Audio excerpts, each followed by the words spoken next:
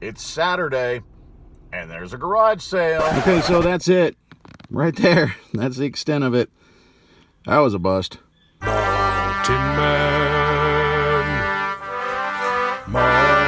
Man. Treasures.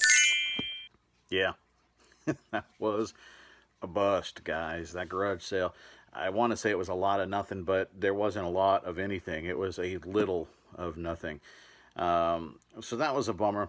I did find one other sale on the way home. I had seen mention of it. It didn't actually have an address.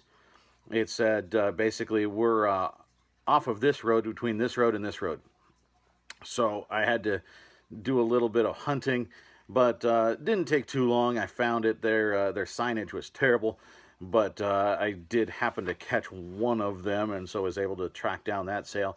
And we picked up 3 things. So it wasn't a total waste of our morning. We did pick up a couple things. Might as well show those to you here. We've got this guy. This is, I believe, Chase from Paw Patrol. This is just a plush. It's a little bit of a larger plush, which is a good thing. Paw Patrol is pretty good. Kids love that show. And I've sold a Chase plush before, so I have no problem grabbing another one. Picked up these silver tabs. These just old vintage Levi's. These aren't big money, but they sell through pretty well. They've got a really nice sell-through rate.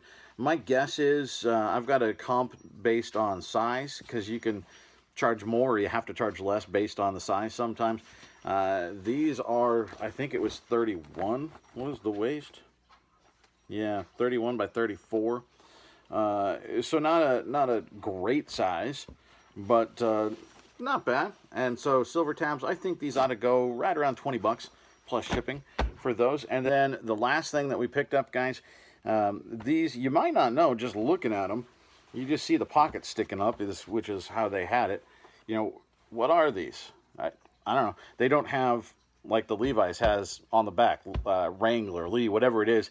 They've got the patch on the back. These, no patch, right? Well, if you look close, it does say on the rivet here. But the easier way to tell is look at the front, and they've got the button. I've been showing this to you. Let's get a close-up. So that's the logo, guys. That is Ariat. And you can see on the rivets, it will also say Ariat, Ariat denim. Ariat is a fantastic cowboy horse riding brand. Okay, so keep an eye out for this stuff. It's very expensive new, and so it does resell well on the secondary market. Now these distressed, these are a little bit beat up, not terrible, but you know what? They're a pair of work pants. That's what they are. So these these are 32 by 32. These will sell pretty well. I'll put a comp up there, but my guess is, without having looked these up yet, these are probably about $30 jeans, thereabouts, plus shipping. So this is a pretty good pickup. We got out of there for $9. So we got 2 pair of jeans and the plush for $9. 20 for the pants, or for the silver tab. Let's say 30 for the Ariat. I think we can maybe get 10 plus shipping out of our plush. So we're looking at 60 bucks. So not bad. You know, we turned essentially, we turned 9 into 60. I'm good with that. I mean, it was largely a bust of a garage sale day, but we picked up a few things, we salvaged it, and we got to make a video. So since we have all this extra time, I did get a couple of questions here recently on a couple of my videos. If you guys have questions, ask them. I am by no means an expert, but a year and a half into this, I'm certainly picking up a few things here and there, and that's why I'm doing this, is to try to pass things along that I've learned. So if you've got any questions, by all means, please ask, and I'll do what I can. If I don't have the answer, I bet I know somebody who does, and we can get in touch with them, and I can get you the answer that you need. We've got a couple of things. I want to go back. I'm going to see if I can find the comment. I remember what it was, but I don't remember what video it was on. So apologies if I don't have it up here, but Mark, you're going to go up here if I can find it. Mark asked a question about taxes. Now, of all the things that I'm not an expert on, taxes, right up there. But what he was wondering is, what do we do tax time when it comes to figuring out how much all of your items are worth? Because you go to garage sales like these things today. I bundled up 3 things together. We settled on a price of $9. How do I determine what everything is, especially if you have a big pile, when you might have 20 things in there and you get out for $15? Well, you can, I suppose, just assign a value to each one of those things and say, you know what, this is probably half of it because this is the more valuable thing. So this is $7 and this is $2. You could do it like that. It's a little bit arbitrary. You could go just straight down the middle, do the math, divide how much you paid by how many items, how many items are there. You figure out what it is just evenly. Or you can do what I do. And that method, it was just actually, I think last year was the first year that we could do this. And I don't remember actually what they're called now. But there's 2 different methods you can use when it comes to figuring out taxes and the value of items. Now, you can go and, like Mark was talking about, you can figure out how much each item is worth. And then when it sells, you can count that at the end of the year. And that's how you figure out, what did I buy, what did I sell, what did I make? I like to do the method that is now acceptable of adding everything together. So all of my expenses are in one year. If I spent $15 on a garage sale, then those $15 are counted as expenses in 2020. I don't go and figure out an expense once an item sells. It's too much bookkeeping for me. I mean, this is part-time. I don't have time to do all that, and honestly, I don't feel the need. I get it business-wise. Running a business, you want to know exactly what's coming in, what's going out, what's not selling, what is, that sort of thing. My general thinking is, I'm selling all of this for more than I bought it for. At least that's the plan. And it's just much easier. I don't need to know exactly how much I made on each item. I just know that I hopefully made money. Maybe I broke even because I just needed to get rid of it.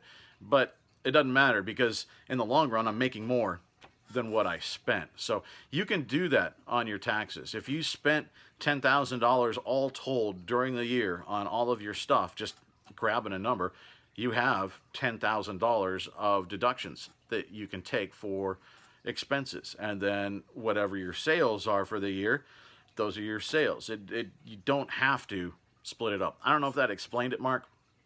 I'm not very good with the numbers. I'm just good at finding stuff. So that's what I got. If that didn't explain it, or if people can explain it more clearly, concisely underneath, please do so. Okay, and then we had a question from Patty here just a little bit ago, because I was in a store, I was looking at old keyboards and tapping them, trying to find the right ones. Couldn't find them. She was wondering about what is it when I say I'm looking for old clicky keyboards. That's sort of the unofficially official term is clicky keyboard. And so what we're doing here, and I've got one, so I can show you this one. I don't know if the audio is going to get through or not on a clicky keyboard, but we'll try here. This is an old Dell, and this is a model AT101W. And so you can look that up. It's on the back. It's the same as looking up a model number on anything else. There it is. You can see the model number. Same thing as looking up a model number on a stereo or a pair of shoes. You just punch that into the eBay machine and it's going to show you comps. The reason that this one is more valuable, and I've sold this one for, I picked up a box of these for $1 a piece, and we've sold all but this one. I actually took this one off because I wanted to use it for something else, and now it can actually go back online, so I probably need to repost this. But I've sold these for as much as $75, between 50 and 75 thereabouts, plus shipping. And this isn't even one of the more desirable clicky keyboards, honestly. It's kind of run-of-the-mill. But when you hit the keys, can you hear that?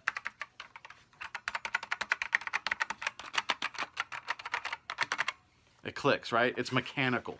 That's the difference. The old keyboards, there's literally a mechanical switch underneath the key. Let me see if I can get this off. Hold on. Okay, we got it off. And all it takes, screwdriver. That's all you need. And that'll bring us to a couple things. But we just popped off the escape key. All right, that was the easiest one to get to. You see underneath, this is what it looks like. It's just a little switch. I know it's hard to see because it's black. But there's just a little switch under there, and it's actually a mechanical piece, and it pushes down, and that pushes on the circuit board underneath and says, hey, this guy's pushing escape. On the new keyboards, it's all very quiet. When you type, it doesn't have this mechanical switch inside. So why does that matter? Well, there are computer programmers that like the mechanical ones. A lot of times it's gamers like the mechanical switches. As to why they like them, I don't exactly know. I just know that they do. And so they look for these. And what I've learned, and you can do some research here because I don't have the knowledge to know exactly what it is. I know there's a difference, and I just don't remember it. If I come upon keyboards again, I'm going to look it up. Eventually, I'm going to learn this. But this one is a gray switch underneath here. There's actually different colors of switches, I learned when I was digging into these before. The different color of switch is desirable. It's the same thing as Funko Pops. The different stickers from the different conventions, that'll denote how much more valuable it is than other ones.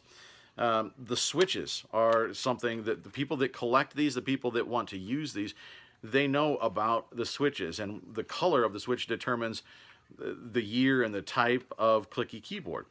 So the gray switch, it's fine, it's okay, but you can find other colors that are worth a lot more. If you look up sold comps on clicky keyboards, some of them go for crazy money. And the thing that you can also do, if you're willing to just sit on something long term, is you can sell the individual keys.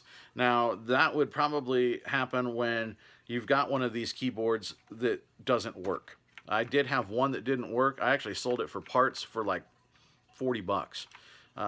Because probably what that person was doing, either they're going to fix it, or you pop off these keys and you sell them one by one. You can sell these because keyboards, you guys know, the letters wear off. So people that love their old clicky keyboard, they will buy these replacement keys to put on their keyboard and fix it so they don't have a rubbed off letter, or maybe it cracked or it broke, or whatever. But you can sell these things piece by piece. So keep an eye out for clicky keyboards, and it's real easy. You just walk around and you touch it. If it's a quiet thing and if it looks newer and it's the really low profile letters, it's not going to be clicky. But these, that, guys, is the sound of money. So there you go, guys. No garage sales to speak of today. Nothing fantastic. We made a couple bucks, and hopefully we answered a couple of questions. If you liked the video, thanks. Appreciate that. Also, hit the thumbs up down below. That definitely helps us. If you're not, please subscribe. We just hit 700 over the weekend. Then we went back to 699, but now we're back to 700. So I appreciate that. That's awesome to get that high. So I appreciate all of you that have subbed. If you haven't, please do. Hit the bell, comment down below. Like I said, if you've got any comments, any questions, we want to answer those questions. And I want to get better at this. I'm still learning. This is a learn as you go kind of thing. So if you've got any criticism, hopefully it's constructive, but I want to hear that too. Thanks for stopping by, guys. I sure appreciate it, and we'll see you the next time.